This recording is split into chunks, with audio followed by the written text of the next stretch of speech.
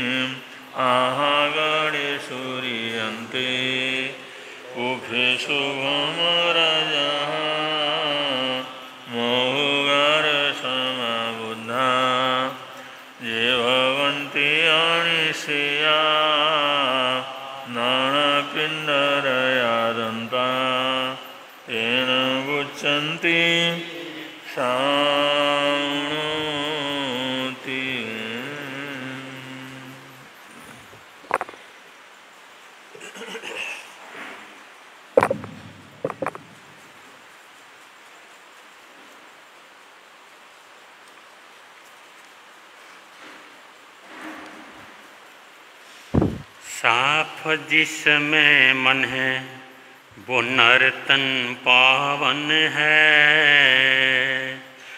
साफ जिसमें मन है वो नर्तन पावन है। नहीं बुराई जहाँ पर वहीं पर भगवान है। नहीं बुराई जहाँ पर वहीं पर भगवान है। मधुरता जीवन में वो जीवन मधुबन है। मधुरता जीवन में वो जीवन मधुबन है। नहीं बुराई जहाँ पर वहीं पर भगवान है। नहीं बुराई जहाँ पर वहीं पर भगवान है। साफ जिसमें मन है वो नर्तन पावन है। साफ जिसमें मन है वो नर्तन पावन है। नहीं बुराई जहाँ पर वहीं पर भगवन है। तन को धोया मगर मन न धोया कभी,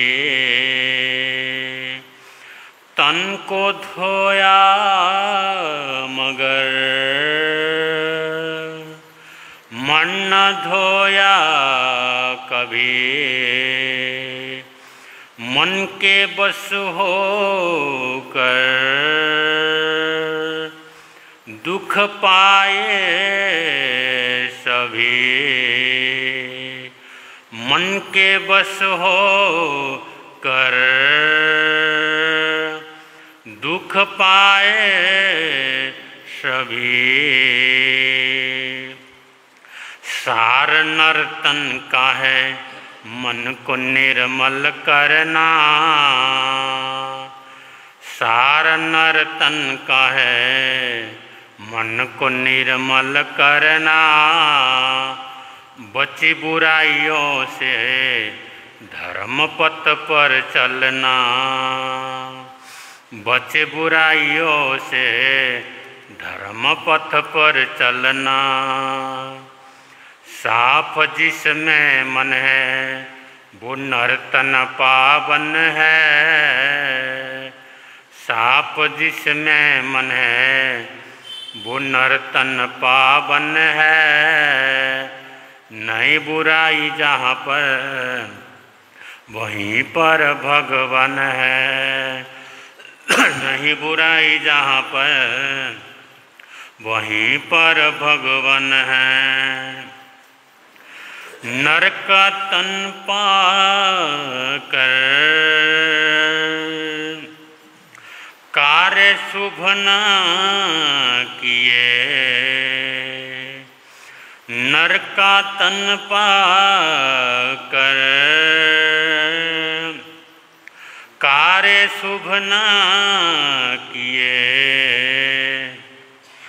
सुख के खातिर तो बोझ बनकर जिए, सुख के खातिर तो बोझ बनकर दीजिए। सार नर्तन का है न जीना स्वार्थ में, सार नर्तन का है न जीना स्वार्थ में। कुछ समय भी देना शिवा परमार्थ में, कुछ समय भी देना शिवा परमार्थ में। साफ जिसमें मन है वो नर्तन पावन है, नहीं बुराई जहाँ पर वहीं पर भगवान है, नहीं बुराई जहाँ पर वहीं पर भगवान है मिला अवसर चलना सतपथ पर, है मिला अवसर चलना सतपथ पर। रहना सत्संग में पाना मुक्ति डगर, रहना सत्संग में पाना मुक्ति डगर। सार नर्तन का है समय सार्थक करना, सार नर्तन का है समय सार्थक करना। बाट सुख आनंद को प्रेम पथ पर चलना, बाट सुख आनंद को प्रेम पथ पर चलना। साफ जिसमें मन है वो नर्तन पावन है, साफ जिसमें मन है वो नर्तन पावन है। नहीं बुराई जहाँ पर वहीं पर भगवन है। मधुरता जीवन में वो जीवन मधुबन है। मधुरता जीवन में वो जीवन मधुबन है। नहीं बुराई जहाँ पर वहीं पर भगवन है। नहीं बुराई जहाँ पर वहीं पर भगवन है।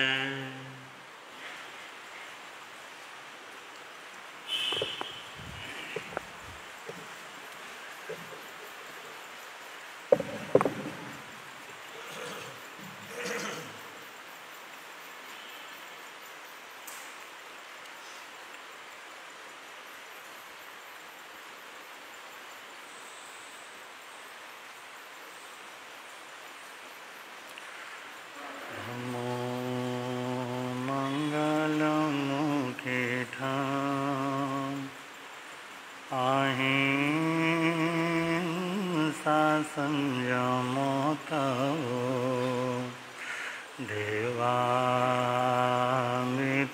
नमं सन्ति जसधम्मे सयामणो। दुनिया के चराचर जीवों पर कर्मों ने जाल बिछाया है। क्या साधु गृहस्थ क्या बाल वृद्ध बस कोई न बचने। अति शुभ कर्मों के आने से संतों का समान मिलता है। जिन वाणी श्रवण करने से दुख जन्म मरण का मिटता है। दुख जन्म मरण का है समय नदी के धार की जिसमें सब बह जाया करते हैं। है समय बड़ा तूफान प्रबल पर्वत झुक जाया करते हैं। अक्सर दुनिया के लोग समय में चक्कर खाया करते हैं। लेकिन कुछ ऐसे होते जो इतिहास बनाया करते हैं। इतिहास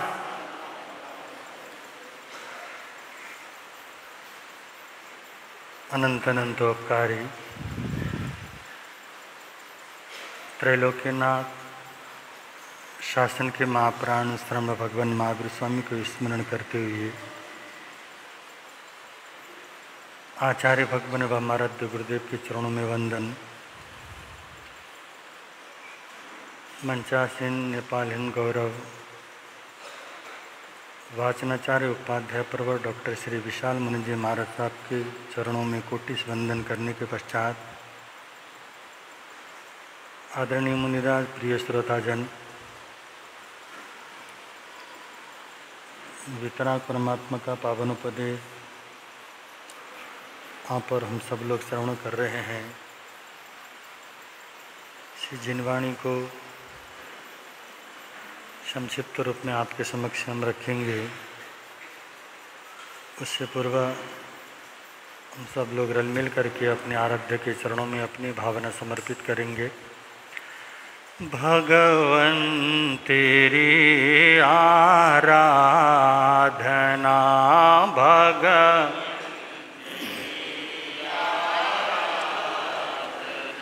मेरी जिंदगी की शान हो।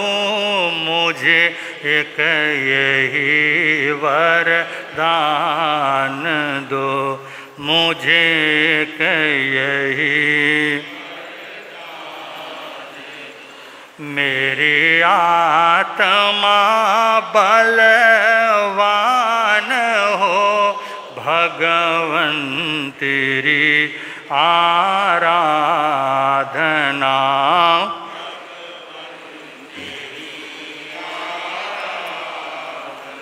मुझे सुख की कोई परवाह नहीं, दुख में भी निकले आ नहीं, मुझे सुख की कोई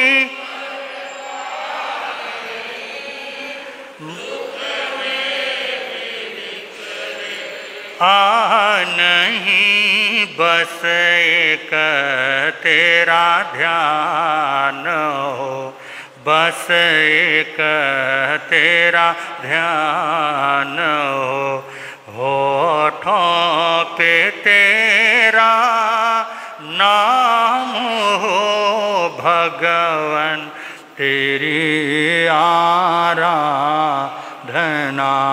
भगवन तेरी आराधना।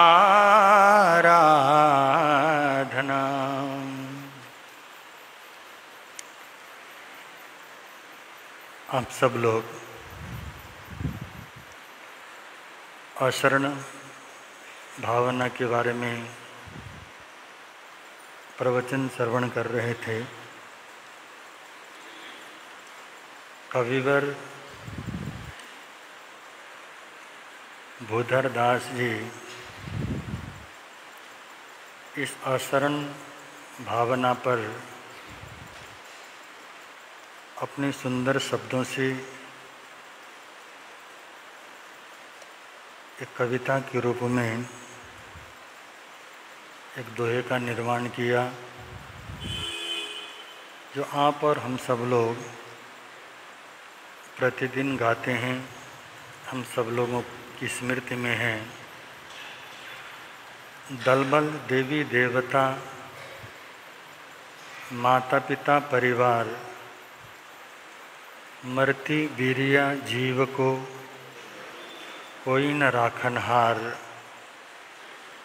संसार में कितनी ही शक्ति हम संग्रहित क्यों न कर लें, यहाँ तक कि देवी देवता भी अगर हमारे मित्र बन जाते हैं तो भी इस मृत्यु से या मृत्यु के समय में कोई भी हमारा रखन वाला नहीं होता है। माता पिता जिनका वात्सल्य और प्यार हमको जीवन भर मिला, और वो भी जब अंतिम वक्त आता है मृत्यु के समय में, वो भी हमारा साथ छोड़ देते हैं। छोड़ना उनकी मजबूरी और बाध्यता हो जाती है। तो ये शरीर है, और इस शरीर का तभी तक मूल्य होता है जब तक कि शरीर में आत्मा होती है। भले ही हम लोग उस आत्मा के मूल्य को न पहचान लें, न जान लें, जरा सा हम चिंतन कर लें, हमारे इस शरीर में आत्मा है, तभी तक तो हमारे शरीर की सुरक्षा बनी हुई है। जब शरीर में से आत्मा निकल कर चली जाती है, उसके बाद तो इस शरीर में 48 मिनट में विकृतियां आनी शुरू हो जाती हैं।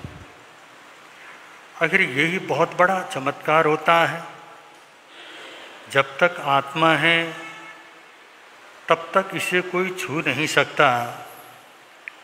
आत्मा के जाते ही कितनी जीवात्माओं का प्रवेश इस शरीर में हो जाता है। तो इस आत्मा के मूल्य को जानने वाला व्यक्ति कभी किसी की शरण को खोजता नहीं है। आज हम लोग जीवन भर यही प्रयत्न करते हैं, मृत्यु से बचने के लिए हम कोई न कोई ऐसी शरण की खोज करते हैं जिसकी शरण में जाने से मृत्यु से बचा जा सके। और हम अपनी सुरक्षा के लिए न जाने कितने शरणों का सहारा हम लोगों ने लिया, फिर भी वो सहारे मृत्यु के समय किसी काम के नहीं बनते हैं या मृत्यु के वक्त में कोई भी सहारा हमारे काम आने वाला नहीं बना, तो ये जीवात्मा को अकेले ही आना होता है और जाते समय भी इसको अकेला जाना है। और जाने की तिथि जब निश्चित नहीं है तो आखिर हम लोग शरणा क्यों चाहते हैं, क्यों किसी की शरण में जाना चाहते हैं। कभी हमने अपने धन की शरण में जाने की इच्छा से धन को संग्रहित किया, कभी हमको लगता है कि हमारे मित्र हमारा साथ देंगे, हमारे परिजन हमारा साथ देंगे, मैं उनकी शरण में जाता हूँ। तो संसार के अनेकों ऐसे संबंध हैं जिस संबंधों का शरणा लेकर के हम अपनी सुरक्षा करना चाहते हैं। अपनी रक्षा के लिए, सुरक्षा के लिए अनेकों सहारे हमने ढूंढे, परंतु कोई भी सहारा हमारे काम आने वाला नहीं बना। तो हम अब किसकी शरण में जाएं? कोई ऐसा शरणाभूत संसार में है या नहीं? ऐसा शरण मिल जाए जिस शरण में जाने के बाद हमें किसी अन्य शरण की अपेक्षा न रहे, किसी दूसरे शरणों की हमें आवश्यकता न पड़े। कभी ऐसा शरण हमें मिल सकता है क्या? संसार में कोई ऐसा शरण है? तो बंधु, हम सब लोग प्रतिदिन मंगल पाठ श्रवण करते हैं और मंगल पाठ में सुनते तो हैं, अरिहंते शरणम पवज्जामि, सिद्धे शरणम पवज्जामि, साहु शरणम पवज्जामि। केवली पररूपी, जो केवली के द्वारा प्ररूपित धर्म है, उस धर्म की शरण में मैं जाता हूँ। अरिहंतों का शरण, सिद्धों का शरण, साधु और धर्म की शरण में जो आत्माएं जाती हैं, बंधु, वही आत्मा वास्तव में अपने अस्तित्व को पहचान पाती है। अरिहंतों का शरण हमें अमर बना देता है, सिद्धों का शरण हमें सिद्धत्व देता है, और साधुओं की शरण में अरिहंत और सिद्ध बनने की कला मिलती है। और ये सारे के सारे शरण को पाने के लिए सबसे पहले आधारभूत आवश्यकता जिस शरण की है बंधु, वो है धर्म की शरण में। धम्मम शरणम पवज्जामि, मैं धर्म की शरण में जाता हूँ। और धर्म की शरणा जिसने ले लिया, धर्म की शरण में जो चला जाता है, फिर बंधु संसार में कौन सी ऐसी शरण है जिसकी उसको अपेक्षा रहेगी? किसी की अपेक्षा उसको रह नहीं सकती। आज तो हम लोग धर्म की शरण में जाने की बात तो करते हैं, परंतु वास्तव में धर्म की शरणा क्या होती है, धर्म की शरण को कैसे स्वीकार किया जाता है? क्योंकि किसी भी शरण में, चाहे आप साधु मतलब गुरु की शरण में जाएं, अरिहंत के शरण में जाएं, साधु और किसी भी उन धर्म की शरण में जाएं, शरणागत होने का अर्थ है अपने को पूर्ण रूप में समर्पित कर देना, जहाँ किसी प्रकार की शंका नहीं है, कोई संदेह नहीं है। संपूर्ण शंका और संदेह से दूर हटकर मैं जहाँ अपने आप को समर्पित कर देता हूँ, जिसकी शरण में चला जाता हूँ बंधु, फिर वहाँ पर किंतु और परंतु नहीं होता है। आज हम लोग कहीं किसी गुरु की शरण में चले भी जाते हैं, किसी धर्म के शरण में चले भी जाते हैं, पर मन में वो अटूट जो श्रद्धा, सम्यक श्रद्धा होनी चाहिए। ऐसी श्रद्धा न होने से, ऐसी श्रद्धा के अभाव में आज हम लोग कोरे के कोरे क्या हो जाते हैं, रह जाते हैं। क्योंकि बंधु, जैन इतिहास में एक नाम बड़े आदर के साथ लिया जाता है, और जिनका वैराग्य इतना मजबूत था, वैराग्य का मतलब धर्म की शरणा जिन्होंने स्वीकार कर लिया, और वो धर्म की शरण को पाने के बाद फिर उनको ऐसा महसूस हुआ, अब मुझे संसार में किसी भी अन्य शरण की आवश्यकता नहीं है, बंधु तृप्ति क्या हो गई है, मिल गई है। और धर्म की शरण का चमत्कार ही ये है, जब हम समर्पित हो जाते हैं, शरणागत हो जाते हैं, फिर हमको लगता है कि अब मुझे पूर्णता प्राप्त हो गई है। परंतु संसार में जिन जिन को हमने जिन जिन की शरण में गए हैं, वो शरण ने हमें अभाव ही दिखाया है। चाहे आप अर्थ के शरण में जाएं, किसी व्यक्ति के शरण में जाएं, किसी के भी शरण में हम लोग चले जाते हैं बंधु, वहाँ पर हमें पूर्णता मिलती नहीं है। और उस न मिलने के कारण बंधु वहाँ हमको फिर एक अभाव महसूस होता है। परंतु धर्म का शरण जिसने स्वीकार कर लिया है, फिर अन्य किसी भी शरण की उनको आवश्यकता महसूस नहीं होती। ऐसे जैन इतिहास में अपनी एक तरह की जो मिसाल वैराग्य का एक मिसाल देने वाले जो आत्माएं हैं, और उनका नाम आप लोगों ने बहुत बार सुना है, मृगापुत्र। सुग्रीव नगर के राजा बलभद्र के वो पुत्र हैं, राजकुमार हैं, और उनकी माता का नाम है मृगावती, और इनका बाल्यकाल का नाम था बलश्री। धीरे धीरे बंधु जब उनका परिचय होने लगा तो माता के नाम से उनका विशेष परिचय मिलना प्रारंभ हुआ, और बंधु उनका नाम मृगापुत्र के रूप में बंधु हम जानते हैं, हम लोग ने सुना है और शास्त्र में वर्णन आता है। और ये मृगापुत्र राजकुमार होने के साथ साथ में संसार के हर सुख सुविधाएं उसके पास प्राप्त हैं, और संसार की सुविधाओं का भोग विलास में वो इतना आनंद का अनुभव वो कर रहा है। संपूर्ण भोग वासनाएं और विलासिता जीवन जीने वाला व्यक्ति एक दिन अपने ही राजमहल के उस गवाक्ष से बंधु बाहर के वातावरण के उस राज मार्ग में होने वाली घटनाओं को या प्रकृति का आनंद ले रहा था। सामने से देखता है एक पंचमहाव्रतधारी साधु का आगमन हो रहा है, और उस पंचमहाव्रतधारी साधु के एक एक हरकत को देखने लगा, उनका चलने का ढंग, उनके आगे बढ़ने का ढंग, उनके एक हर चीज की उस गतिविधि को बड़े गहराई से उसने देखा। देखते देखते मन के अंदर कुछ ऐसी जिज्ञासा का जन्म हुआ, और बंधु उस व्यक्ति को लगा कि उसको देखता रहूं।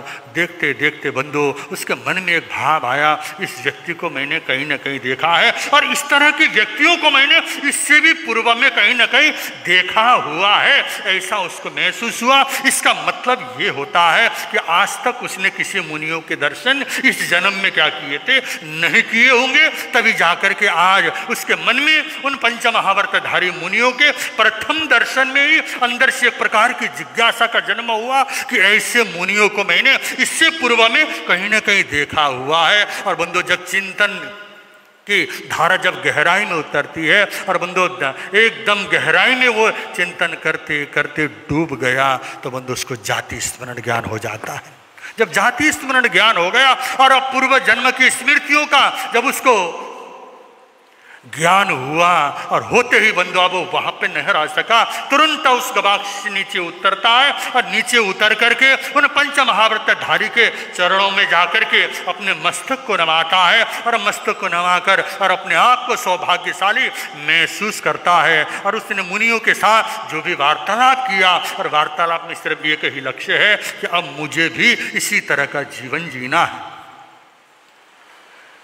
बहुत अधिक कठिन नहीं होता है वैराग्य, हमने उस वैराग्य को कठिन बना दिया है। वैराग्य कहाँ कठिन है, बस एक बात समझ आनी चाहिए, एक बार होश आ जाए, ज्ञान हो जाए, तो संसार को छोड़ने की आवश्यकता नहीं है। संसार तो अपने आप क्या हो जाता है, छूट जाता है। आज हम लोग कोशिश करते हैं कि मैं संसार को छोड़ूंगा, संसार को छोड़ने की मैं तैयारी कर रहा हूँ, अब मैं कुछ समय के बाद जरूर क्या करूँगा, संसार को छोड़ूंगा। नहीं, वैराग्य ऐसा नहीं होता है। ज्ञान होते ही हमको क्या हो गया, होश आया, और होश आते ही वैराग्य क्या हो जाता है, जाग जाता है। ऐसे ही मृगापुत्र के मन में वैराग्य आया, और वैराग्य आके अपने माता पिता से आकर के उसने कहा कि ये माता पिता, मेरे मन के अंदर कुछ ऐसा भाव आया है कि मैं पंचमहाव्रतधारी क्या करूं, साधु। और बलभद्र और मृगावती उनको बहुत अच्छे से पता था कि मुनियों का जीवन, संयमी जीवन कितना कठिन होता है।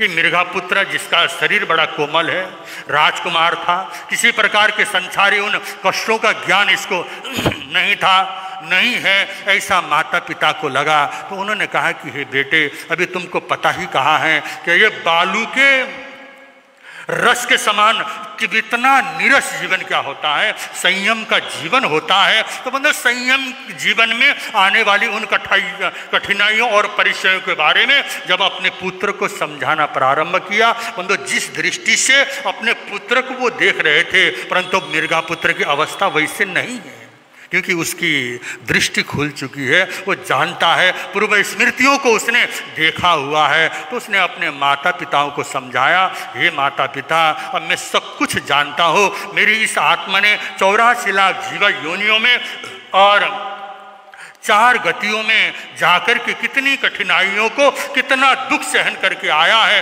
ये तो मैंने अनुभव किया है। अभी मैं देवलोक से आया हूँ, देवलोक का सुख भी तो सीमित है। ठीक है, मैं देवलोक में कुछ पुण्य के कारण जाकर कुछ सुख को भोग करके आया, परंतु वो दुख, वो सुख भी सीमित था। इसी तरह से मेरी आत्मा नरक में गई है, और नरक के उन दुखों का वर्णन, देवलोक के सुख का वर्णन, और इन 4 गतियों में होने वाली उन अवस्थाओं का संपूर्ण जानकारी जब अपने माता पिताओं को रखा, तब उन माता पिताओं को भी विश्वास हुआ ये आत्मा क्या है, संसार में भटकने वाली नहीं है। और बंधु पहले ही कहा जा चुका है, बंधु मृगा पुत्र का जो वैराग्य था, वो वैराग्य कुछ कामों से या किसी कारणों से आया हुआ वैराग्य नहीं, वो बोध से आया हुआ, उनकी प्रज्ञा जग चुकी थी, और वो संपूर्ण प्रकार के ज्ञान को जानकर उन्होंने वैराग्य धारण किया था। अब बंधु उन्होंने दीक्षा लेने का जब भाव बनाया,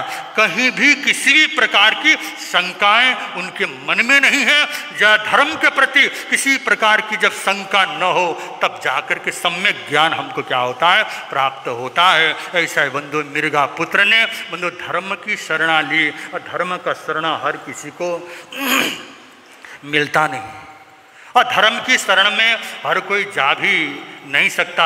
तो ऐसे मृगा पुत्र ने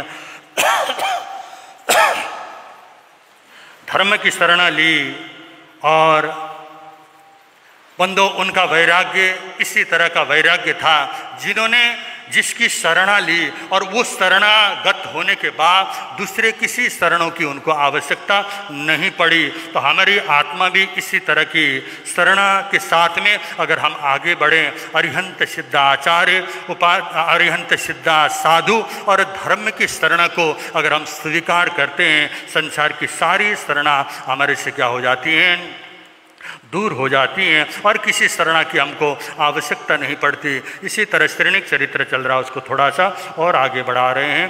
श्रोता सुन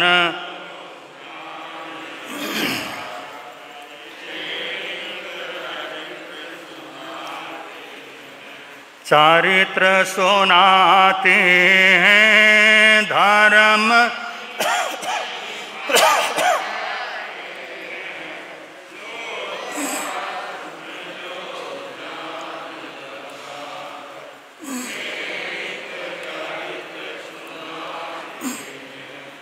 राजगिरी में प्रसन्न जीत के तन में छाया रा, दाहा जोर की हुई वेदना, पूर्ण कर्म की योग, श्रोता ध्यान लगाकर श्रेणी का चरित्र।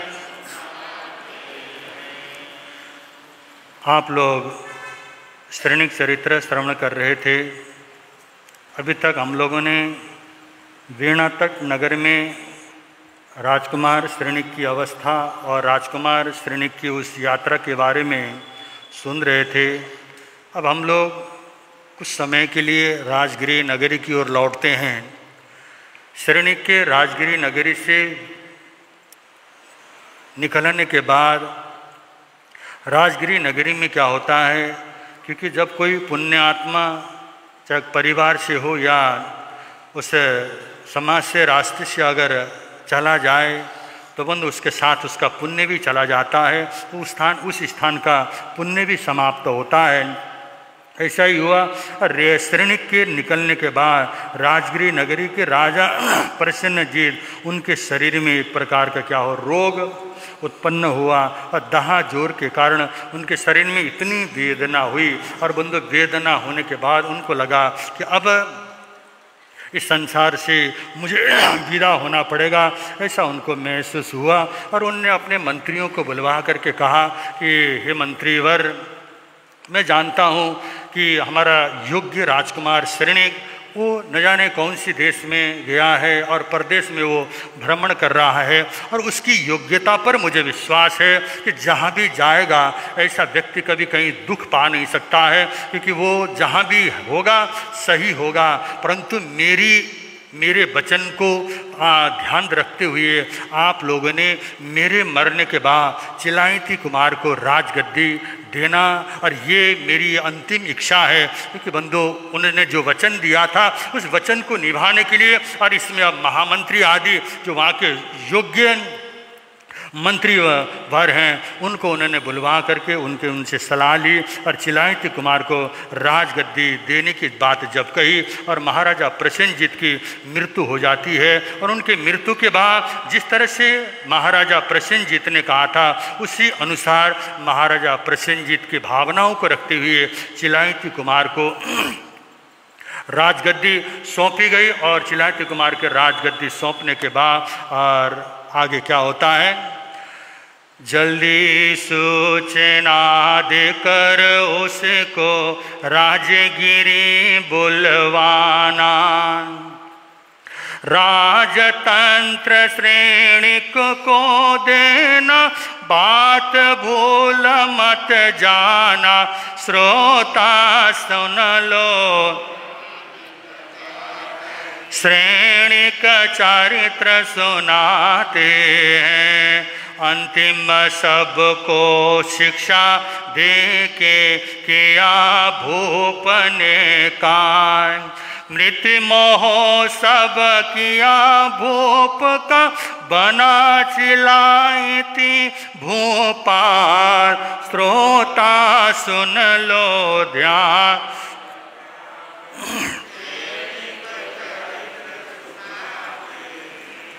तो बंधु, महाराजा प्रसेनजीत के मृत्यु के बाद चिलायती कुमार को राजगद्दी मिलती है और उसको राजगिरी नगरी मगध देश की सत्ता मिल जाती है।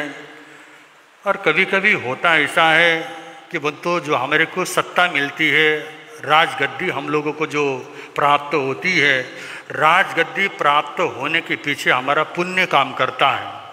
और पूर्व पुण्य के कारण अगर हमको अधिकार मिलता है, सत्ता मिलती है, परंतु जरूरी नहीं है उस सत्ता को प्राप्त करने के बाद उसको हम क्या करें, सुरक्षित रख पाए। और सुरक्षित के लिए सबसे पहले हमारा क्या होना चाहिए, विवेक बहुत आवश्यक होता है।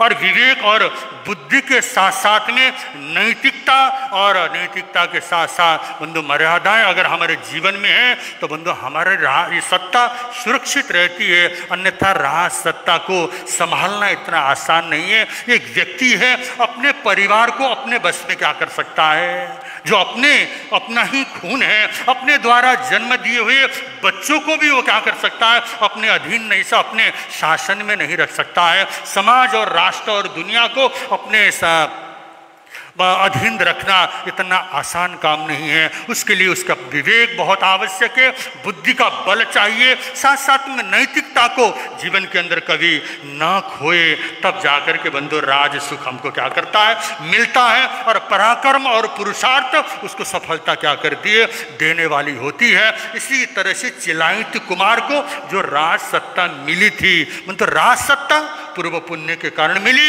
या फिर बंधु उसका पुण्य ही कहना चाहिए, उसकी योग्यता नहीं थी।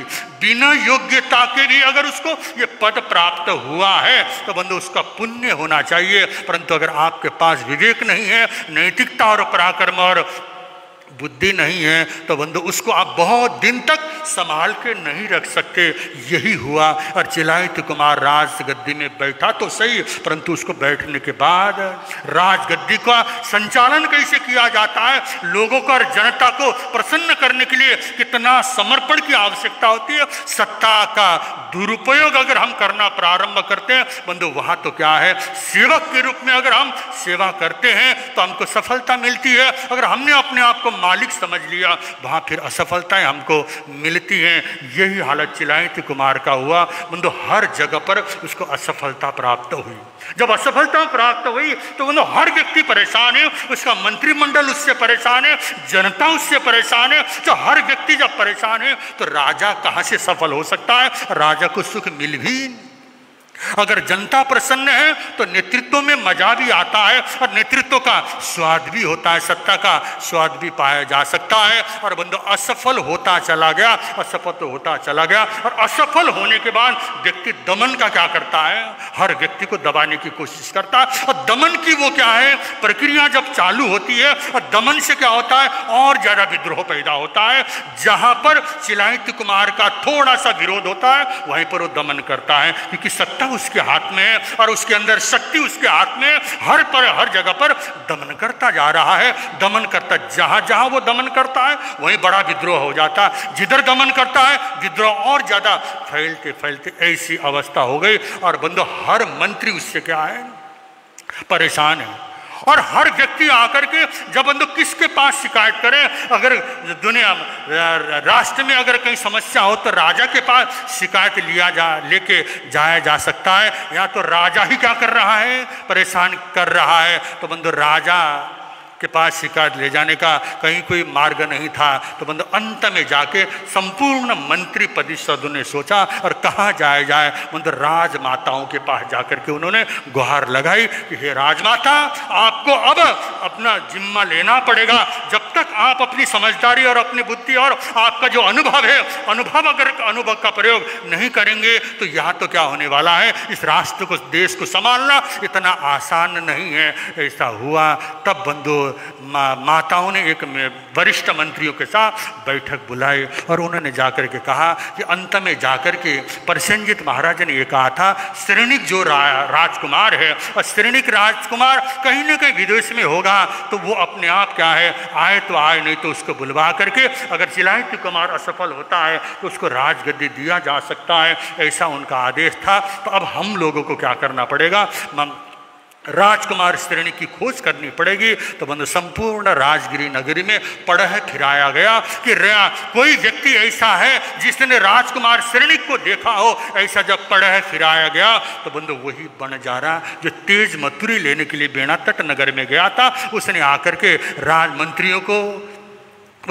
मंत्रियों को आकर के सूचना दिया, एक व्यक्ति को मैंने बेणातट नगर इंद्रदत्त व्यापारी के घर में देखा है और मेरी आंखें धोखा नहीं खा सकती हैं और मुझे पूर्ण विश्वास है कि वो राजकुमार श्रेणिक ही हैं। अगर आप वहां पर जाकर के अगर खबर लेंगे गुप्तचरों के द्वारा, अगर गुप्त सूचना अगर प्राप्त करेंगे तो राजकुमार श्रेणिक बेणातट नगर के इंद्रदत्त व्यापारी के घर में क्या है बैठे हुए, ये सूचना मिलते ही बंधु आप क्या है, राजकुमार श्रेणिक की खोज जारी हुई। और बंधु अपनी योग्यता और अपना पुण्य जो होता है बंधु, कहीं ना कहीं पहले भी आपको कहा था कि बंधु जो साहसी व्यक्ति होता है उसके तो भाग्य पीछे चलता है। भाग्य के पीछे चलने वाला व्यक्ति तो कायर होता है, भाग्य के पीछे नहीं, अपने पीछे भाग्य को चलाने की कोशिश करेंगे। ऐसा ही और भाग्य धीरे धीरे श्रेणिक राजकुमार की ओर बढ़ रहा है। और बंधु किस तरह से लोग ढूंढते हैं और किस तरह से राजकुमार श्रेणिक को मगधेश राजगिरी नगरी में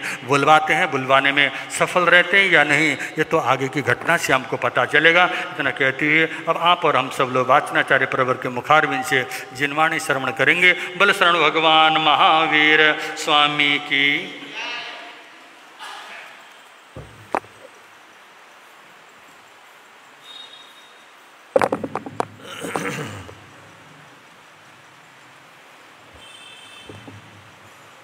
केवल रवि किरण से जिनका संपूर्ण प्रकाशित है अंतर। उनकी वाणी में होता है तत्वों का सुंदरतम दर्शन। सत्य दर्शन बोधाचरण पथ पर अविरल जो बढ़ते हैं मुनिगण। अरहत देव परम आगम गुरु को। अरहत देव परम आगम गुरु को शत शत वंदन। शत शत वंदन। शत शत वंदन। शत शत वंदन।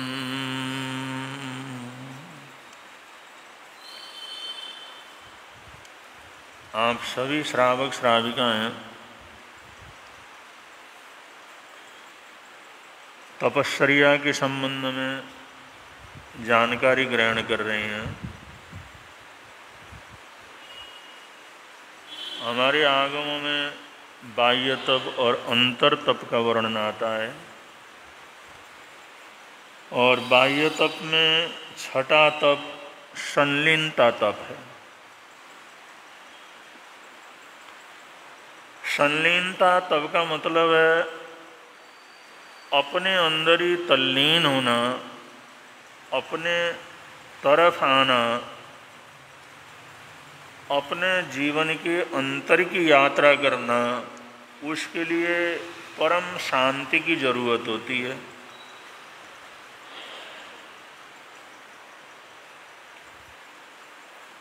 और इसका अब सामान्य रूप से अर्थ तो आप लोग पढ़ते भी हैं, सुनते भी हैं, लेकिन अगर कोई चाहे मैं एक दिन के लिए संलीनता तप करूं या 2 दिन के लिए संलीनता तप करूं, जैसे अनशन का कर लेते हैं, ऊनोदरी वगैरह का कर लेते हैं, अगर 2 घंटे 4 घंटे के लिए भी संलीनता तप करूं तो उस संलीनता तप को कैसे करना है।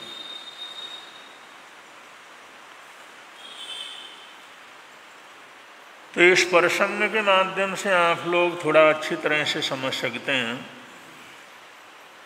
पीछे कोरोना महामारी के समय क्वारंटाइन कर दिया जाता था। जिसको भी तकलीफ हो उसको एक कमरे में उनको समझा देते, भाई तुम इस कमरे में रहोगे, तुम्हारा भोजन बना करके रख देंगे, पानी वगैरह सब समय समय पर मिलेगा, उठाना और खाना तुम्हारे कमरे में कोई नहीं आएगा। तो बहुत लोगों को तो बड़ा बुरा लगा, लेकिन बहुत लोग ऐसे थे जिन्होंने स्वयं अपने आप को क्वारंटाइन किया। जरा सी तकलीफ हुई, उन्होंने कहा भाई अब हम किसी से मिलेंगे नहीं, हम कमरे के अंदर ही रहेंगे, किसी से बातचीत नहीं करेंगे, किसी ने अंदर नहीं आना। और वो कमरे के अंदर क्वारंटाइन तो उसको कर दिया, संलीनता यहीं से शुरू होती है, अपने आप को क्वारंटाइन कर लेना। लेकिन वहाँ तो फ़ोन भी है, वहाँ टीवी भी है, कमरे में तो सब कुछ रहता ही, खाने पीने का साधन भी रखा हुआ है। पिक्चर देखना चाहे टीवी लगी उसमें देख सकता है, मोबाइल के अंदर देख सकता है, बातचीत करना है तो भी कर सकता है। लोग अखबार भी दे देते हैं, ले भाई पढ़ ले समाचार वाचार अंदर बैठे बैठे।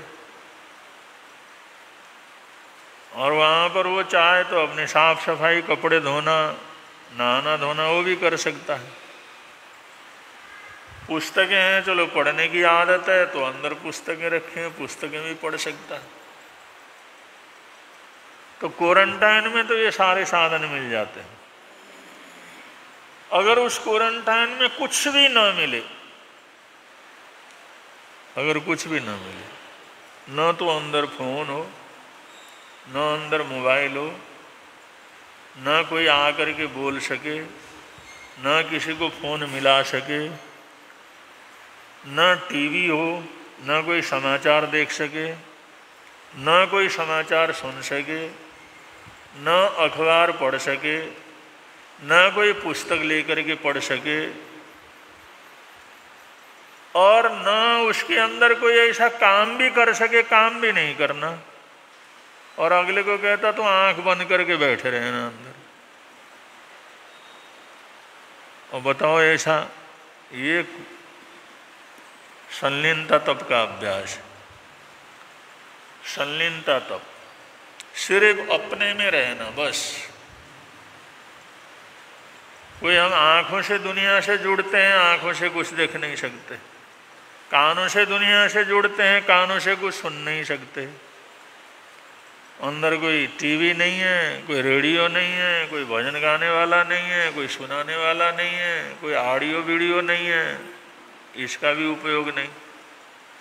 अपनी मर्जी का खाना भी नहीं है, चलो एक आध बार खा लिया ठीक है, जैसा मिला वैसा खाना है, काम भी कुछ नहीं है। अब टाइम पास कैसे होगा, वो कैसे चलेगा? तो इस तरह से सारी चीजों से अपने आप को अलग करना, सारी चीजों से क्वारंटाइन कर लेना, बिल्कुल अपने आप को अलग कर लेना, कुछ नहीं करना हमने। तो ये अभ्यास होता है, अगर करना चाहें 1 दिन के लिए, 2 दिन के लिए, तो ये संलीनता तप है। और आज भी हजारों लोग करते हैं, ये आप लोग हजारों लोग करते हैं आज भी संलीनता तप को, हजारों लोग। चलो वो भी बता देता हूं कैसे करते हैं। आप कभी विपश्यना के अंदर गए? विपश्यना केंद्र में, विपश्यना केंद्र वैसे बौद्ध परंपरा को मानने वाला है, लेकिन इंगतपुरी में इसका सबसे बड़ा सेंटर है, जहाँ पर 1,500 हजार लोग बैठते हैं, 2-2 हजार लोग क्वारंटाइन में, ध्यान में।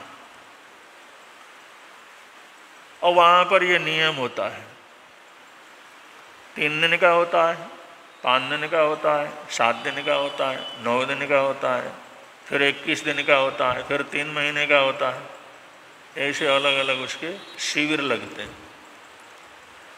अगर विपश्यना के शिविर के अंदर किसी ने जाना हो तो वहाँ पर मोबाइल नहीं रख सकते, टीवी वगैरह नहीं दे सकते, अपनी मर्जी का स्वाद के अनुसार खा नहीं सकते, जो चौके में बना है वही खाना है, और दिन भर बैठना ही है वहाँ पर, बैठो या खड़े रहो, आंखें खोल नहीं सकते, किसी से बातचीत नहीं कर सकते, किसी को देख नहीं सकते, और रात को सोने के लिए भी जाना हो तो ऐसे जाना जैसे बिल्कुल जंगल में जा रहा हूँ। अड़ोसी पड़ोसी अगर जाना हो तो सिर्फ सामने देख करके चलना है, इधर उधर किसी को देख नहीं सकते, पीछे मुड़ करके देख नहीं सकते। वहाँ अखबार नहीं मिलता, वहाँ पर कोई पेपर नहीं मिलता, वहाँ पर कोई किसी प्रकार का समाचार वगैरह दुनिया का कुछ सुने ये नहीं मिलता। और उस शिविर में जाने से पहले ही होता है, कोई भी सूचना आएगी, कुछ भी होगा, जब तक हो तुम्हारे को यहीं पर रहना पड़ेगा, बीच में कोई जा नहीं सकता। ये विपश्यना के शिविरों के अंदर साधारण रूप से ऐसा ही अभ्यास होता है। और लोग 15-15 दिन तक, हफ्ते तक पूरी तरह से, और सिर्फ वहाँ पर करना क्या है, जैसे श्वास ले रहे हैं और श्वास छोड़ रहे हैं, बस उसमें ध्यान लगाना। बैठे, तुम्हारा श्वास अंदर जा रहा है, उसके साथ अंदर जाओ, और श्वास बाहर आ रहा है तो बाहर आओ। इसकी अवल कुछ आसन भी नहीं, कोई व्यायाम वगैरह कर लें, आसन भी नहीं, प्राणायाम वगैरह भी नहीं, उस तरह की चीज़ें भी नहीं, बस बैठना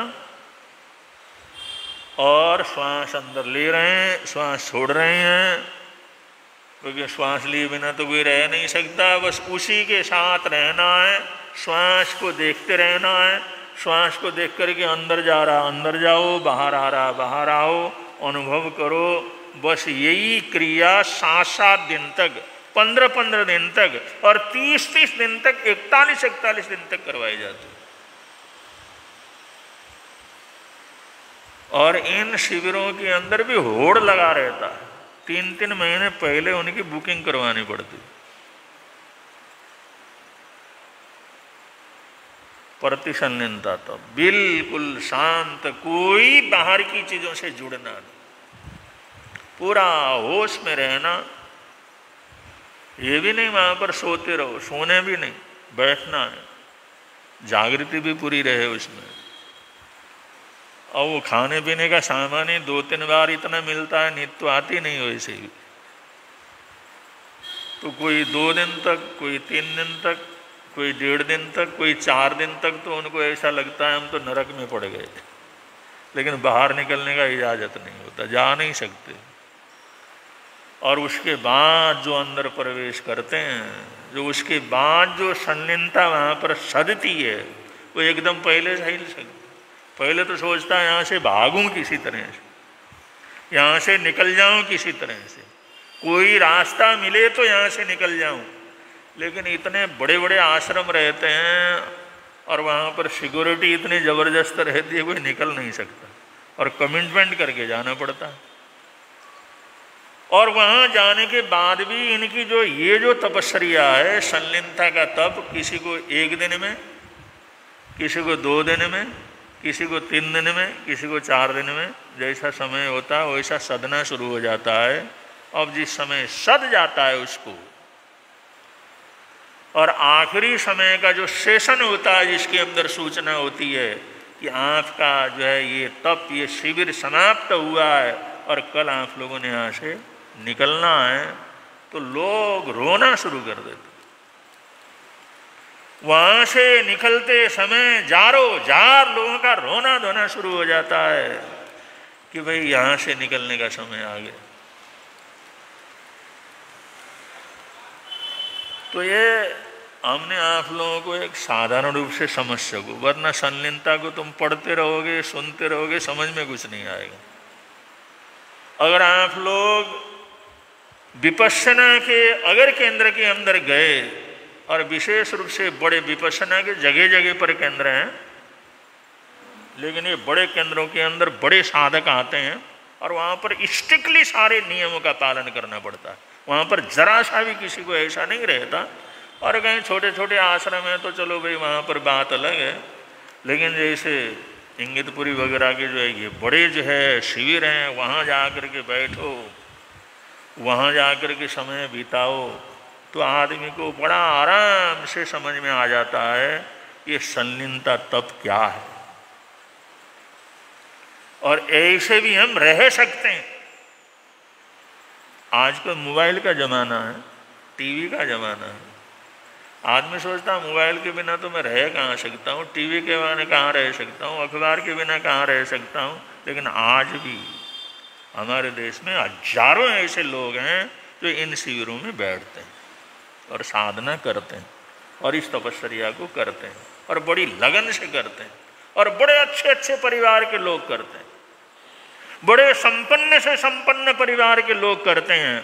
और एक बार उन्होंने वो शिविर कर लिया तो उनको जो आनंद की अनुभूति होती है, उनको जो खुशी मिलती है, उनको जो प्रसन्नता होती है, उनका अंदर प्रवेश करने से जो इस प्रकार की एक अनुभूति से जो गुजरते हैं, तो बार बार उनके मन क्या होता है कि कभी भी छुट्टी मिले, कभी भी मौका मिले, कभी भी चांस मिले, तो हम जो है विपश्यना शिविर के अंदर जा कर के साधना को करें।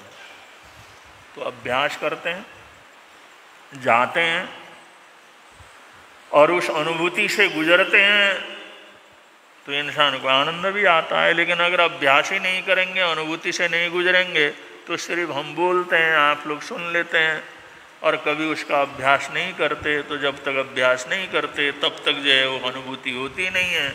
और ये अभ्यास ऐसा नहीं 2 मिनट 5 मिनट 10 मिनट के अंदर करें, ऐसे शिविरों के बंधनों के अंदर जा कर के जब बंध जाते हैं तब जा कर के अभ्यास संपन्न होते हैं, वरना ये अभ्यास संपन्न भी नहीं होते। इसलिए गुरुकुलों के अंदर रहे बगैर, गुरुओं के संरक्षण के अंदर रहे बगैर, इस प्रकार की अनुशासन में रहे बगैर ये तपस्याओं को तपा नहीं जा सकता। और ये जो तप हैं, इन तपों को अगर तपते हैं तो हमारा अपने आप से ऐसा गहरा परिचय हो जाता है, ऐसा गहरा परिचय हो जाता है कि जरा सा भी कोई भाव हमारे मन के अंदर आया और वो किस तरह से हमारे खून में उसका प्रभाव हो रहा है, किस तरह श्वासोश्वास में प्रभाव हो रहा है, किस तरह से हमारे प्राणों में प्रभाव हो रहा है, किस तरह से हमारे शरीर के अंदर प्रभाव हो रहा है, ये प्रत्यक्ष के अंदर इंसान अनुभव कर सकता है। बहुत अच्छा अनुभव कर सकता है, बहुत सुंदर अनुभव कर सकता है। तो ये सारे कार्य जो है ये तपस्या के अंतर्गत श्रवण भगवान महावीर स्वामी ने हम सब लोगों को आज से 2500 वर्ष पहले ही उन्होंने फरमाया। और उसका अभ्यास अगर हम करते हैं, अभ्यास करके आगे बढ़ते हैं तो हमारे को बहुत कुछ अनुभूतियाँ हम इस जीवन के अंदर भी कर सकते हैं। तो इन चीज़ों को थोड़ा समझने की भी बहुत ज़रूरी है। और जब भी ऐसा कभी मौका वगैरह मिले तो मौका मिलने पर इनका अभ्यास करने की भी ज़रूरत है। अगर हम फ्री हैं, अगर हम जो है हमारे को इतना कोई काम धाम नहीं है, थोड़ा सा टाइम लगा सकते हैं, तो आधा घंटा 1 घंटा इस तरह का अभ्यास हम जीवन के अंदर कर सकते हैं। और ऐसे ही अभ्यास हैं, इन अभ्यासों को करते करते साधक जो है अपनी जिंदगी निकाल देते हैं, पूरा का पूरा जीवन निकाल देते हैं इन अभ्यासों के अंदर। जब एक बार आनंद आना शुरू हो जाता है, एक बार उस अनुभूति से गुजरता है, तो फिर उसको टाइम पास करने में कोई तकलीफ नहीं होती। तो ये आज बतलाया सन्निन्ता तप, इसके अलग अलग रूप भी बतलाए। और सन्निन्ता तप को किस तरह से तपा जाता है ये भी आप लोगों को बतलाया। और सन्निन्ता तप तपने के बाद हम अंतर यात्रा के अंदर पहुंच जाते हैं। अंतर तपस्या जो हमारी आभ्यंतर तपस्या है, बाह्य तप और अंतर तप के अंदर प्रवेश करने की योग्यता पैदा होती है, सुयोग्यता पैदा होती है। उस गहराई के अंदर इंसान पहुंचता है, उस गहराई का आनंद जीवन के अंदर प्राप्त कर सकता है। तो ये सब भगवान महावीर स्वामी का संदेश वास्तव में आध्यात्म साधना के लिए अद्भुत से अद्भुत साधना है। और इसका जो भाव बनाना चाहिए। आप लोग सुन रहे हैं, चतुर्मास कल्प के उपलक्ष्य में सुन रहे हैं, और आगे भी इसका जो विवरण जैसा जैसा आएगा, अभी तो प्रवेश ही कर रहे हैं अंतर तप के अंतर्गत। तो जो जो प्रसंग आएंगे जैसे प्रेम से सुनते आ रहे हैं, सुनते रहेंगे, और उसको थोड़ा कभी कभी सतारते रहेंगे, कभी बार बार सुनेंगे, तो भी आप लोगों को बड़ा अच्छा लगेगा। तो आंतरिक तप में जो प्रवेश करता है, तो सबसे पहला आंतरिक तपस्या है, उसका नाम है प्रायश्चित्त तप। आंतरिक तप में थोकड़े वगैरह जिन्होंने सीखे हैं, नवतत्व वगैरह सीखा है, 25 बोल का थोकड़ा सीखा है, उनको पता लगता है। आंतरिक तप में सबसे पहला तप है प्रायश्चित्त तप। और बाह्य तपों के अंदर है सबसे पहले अनशन है, फिर उनोदरी है, फिर भिक्षातारी है, फिर रस परित्याग है, फिर काय क्लेश है, और काय क्लेश के बाद सन्निन्ता तप है। और जो आंतरिक तप में सबसे पहला है प्रायश्चित्त। और प्रायश्चित्त जो तप है, प्रायश्चित्त तप का बड़ा मोटा अर्थ जो हम प्राय करके कर लेते हैं, या आप लोग पढ़ लेते हैं या समझते हैं, इतना ही है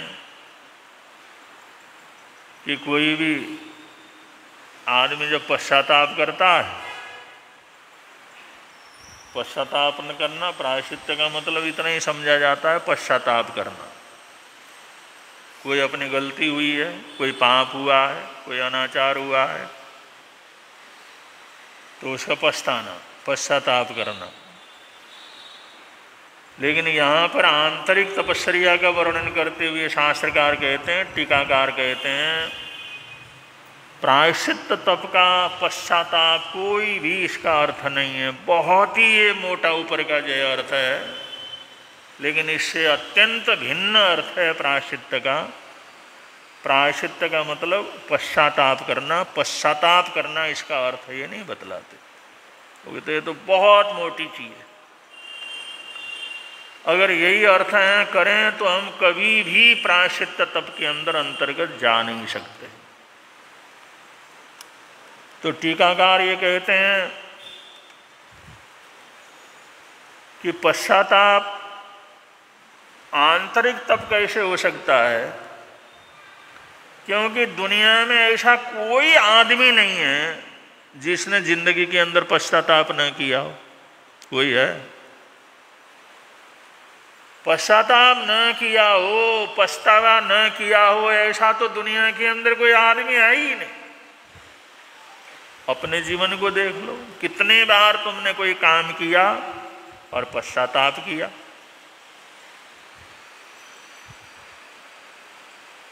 या अपने बड़ों के सामने भी जाकर के कह दिए, या जिसके साथ हुआ उसके साथ जाकर के अगर उसको बतला भी दिया, क्षमा याचना भी कर ली। अब ऐसा तो जीवन के अंदर सब कर लेते हैं ना। अगर ये न करे, जा कर के न बतलाए, उसका प्रायश्चित्त वगैरह न ले, गुरुओं के सामने जा कर के न बतलाए, दुनिया के सामने जा कर के न बतलाए, लेकिन गलती जीवन के अंदर होते रहते हैं। गलती के बाद पश्चाताप तो हर कोई करता है। कौन है पश्चाताप न करने वाला? दुनिया के अंदर है कोई? डाकू की पश्चाताप करता है, बेईमान लोग भी पश्चाताप करते हैं, गरीब भी पश्चाताप करता है, अमीर भी पश्चाताप करता है। पश्चाताप न करे, अपने कर्म की निंदना वगैरह न करे, ऐसा तो दुनिया के अंदर कोई आदमी है ही नहीं। जब सारे पश्चाताप करते हैं तो ये तपस्या क्या हुई? और वो भी आंतरिक तपस्या। शास्त्रकार पूछते हैं, जब तुम सारे के सारे कभी न कभी पश्चाताप करते हो, कोई काम करना था, तुमने ऐसी गलती कर दी, नुकसान हो गया, अब रोते रहते हो, परेशान होते रहे, ये न होता तो अच्छा था, ये न करता तो बहुत अच्छा था, ये न करता तो बहुत अच्छा था। और पश्चाताप तो करते ही रहते हैं, पश्चाताप तो करते रहते हैं। दुनिया में कोई आदमी नहीं है जो पश्चाताप न करे। तो पश्चाताप करना ये आंतरिक तपस्या कहाँ से हुई? और वो भी आंतरिक तपस्या। इसलिए शास्त्रकार कहते हैं ये बहुत मोटी चीज के अंदर हम उलझे रहते हैं, इसको गहराई से समझने की जरूरत है। और ये क्या चीज है, इसको आगे के विवरणों के अंदर, प्रवचनों के अंदर समझाएंगे। बड़े प्रेम से आप लोग बोलेंगे, मिलता है आनंद प्रभु की वाणी से, मिलता है आनंद प्रभु। प्रवर्तक शांति गुरुवर प्यारे, प्रवर्तक शांति गुरु जीवन नैया के रखवारे, जीवन नैया के जोड़ गए संबंध प्रभु की वाणी से, जोड़ गए संबंध प्रभु की वाणी से। मिलता है आनंद प्रभु।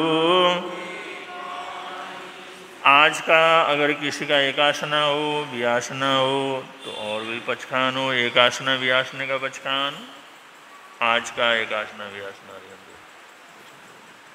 वो शरीर वो शरीर। आज 19 तारीख का आइमिल है आशीष जैन, उनका आज का आइमिल है, उनको भी बहुत बहुत मंगल कामनाएं देते हैं। आज के तिवियार उपवास का प्रत्याख्यान, आज का तिवियार उपवास, आप लोगों की बरसी चल रही है आजकल, बरसी तब, उसमें आज तिवियार उपवास का बचना। आसनम श्रावण थोरण महत्वगानम सब समय करते हैं। वो शरे वो शरे वो शरे। आज हमारे पूना से श्री मांगीलाल जी जैन युवक यहाँ पर आए हुए हैं और दर्शनार्थ आते ही रहते हैं। और श्री सुरेश जी लोढ़ा वो भी पुणे से यहाँ पर दर्शनार्थ आए हैं। और भी जो भाई बहन आए हैं सबको बहुत बहुत मंगल कामनाएं, बहुत बहुत सद्भावनाएं। हाँ, दिल्ली से भी हमारे श्रावक लोग आए हैं, उनको भी बहुत बहुत मंगल कामनाएं। आज का जाप है, आज 19 तारीख है, 19 तारीख का जाप श्री मल्लीनाथ भगवान को वंदन बारंबार, श्री मल्लीनाथ भगवान को वंदन बारंबार, श्री मल्लीनाथ भगवान को वंदन। हाँ, कल क्या है वो तो याद ही होगा सबको, बतलाने की तो कोई ज़रूरत नहीं। क्या है कल? हाँ, कल सामायिक महोत्सव। आराध्य गुरुदेव संघ संरक्षक फूलचंद जी महाराज साहब की दीक्षा जयंती का कार्यक्रम 4 दिवसीय जो चला हुआ है, 20, 21, 22, 23, चारों दिनों का कार्यक्रम विशेष रूप से है। और कल सामायिक दिवस से, भव्य सामायिक दिवस से यहाँ पर शुरू होना है। सबने याद रखना है, सबको याद करवाना है। अब संघ की तरफ से सूचनाओं के बाद मंगल पाठ हो।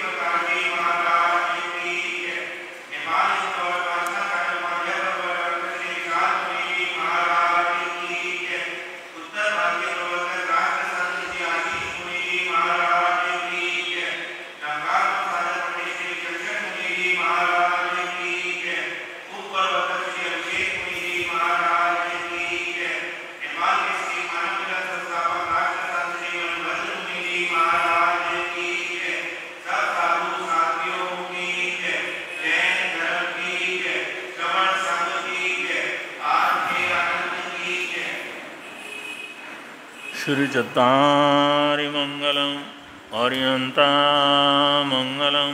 सिद्धामंगलम साहू मंगलम केवली पुनतो धम्मो मंगलम चत्तारि लोकोत्तम अर्यंतालोकोत्तम सिद्धालोकोत्तम साहू लोकोत्तम केवली पुनतो धम्मो लोकोत्तमो चत्तारि शरणं पवज्जामि अरिहन्ते शरणं पवज्जामि सिद्धे शरणं पवज्जामि साहू शरणं पवज्जामि केवली पुनत्तं धम्मं शरणं पवज्जामि ये चार शरण दुख हरण जगत में और अन शरण कोई होगा जो भव प्राणी करे आराधन